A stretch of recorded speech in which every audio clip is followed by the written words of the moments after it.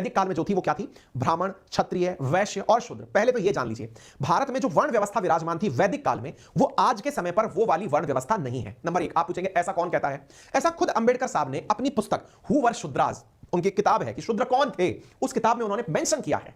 यानी अगर तुलसीदास जी के रामायण में शूद्र शब्द का भी उपयोग हुआ है तो यह शूद्र वो शूद्र नहीं है जो आजादी के बाद समाज में विराजमान है, जिसे आप SC ST कहकर संबोधित कर रहे हैं। वर्ण व्यवस्था समाज की उस समय की व्यवस्था थी जिस समय कार्य के आधार पर लोगों को वर्ण में विभक्त किया जाता था। पोस्ट वैदिक काल में वर्ण व्यवस्था का एक बिगड़ा हुआ रूप जन्म के आधार पर वर्ण का निर्धारण शुरू हुआ। रामचरितमानस किस समय की है, जिस कालखंड की है, उसमें वर्ण व्यवस्था अगर शूद्र से भी निकलती है तो यहां पर शूद्र अज्ञानी पुरुष को कहा गया होगा, यहां पर शूद्र उस वर्ग को कहा गया होगा जिसको पढ़ने का समय नहीं मिला है, तो उसे ताड़ना यानी कि शिक्षण देने का कार्य किया जाए।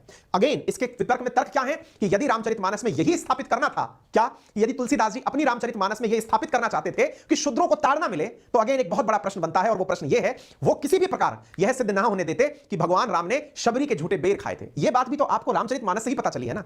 अगर इतनी ही बात उन्हें कहनी थी एक पंक्ति के माध्यम से, सकल ताड़ना के अधिकारी यानी नारी ताड़ना के अधिकारी, अगर उन्हें यह स्थापित करना होता, अगर उन्हें शूद्रों के खिलाफ बातें स्थापित करनी होती, तो शबरी के झूठे बेर मेंशन करने की क्या आवश्यकता होती? विचार करिए।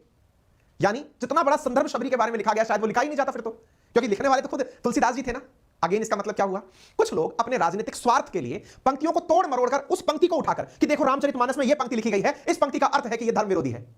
इसलिए मैं आपसे कह रहा हूं, अज्ञानता उतना ही मतलब मैं क्या कह सकते हैं, उतना ही जहरीला है आपके लिए जितना जहरीला आप किसी प्रॉपर प्रकार से किसी विष को ग्रहण करें, क्योंकि दिमाग से ही तो चलते हैं ना आप अज्ञानता वश भी कुछ गलत निर्णय ले सकते हैं। खैर मैं बीच में रोक करके काफी सारी बातें दे गया, मैंने रेफरेंस में बातें लिख करके लाया था, वो दिखाई नहीं।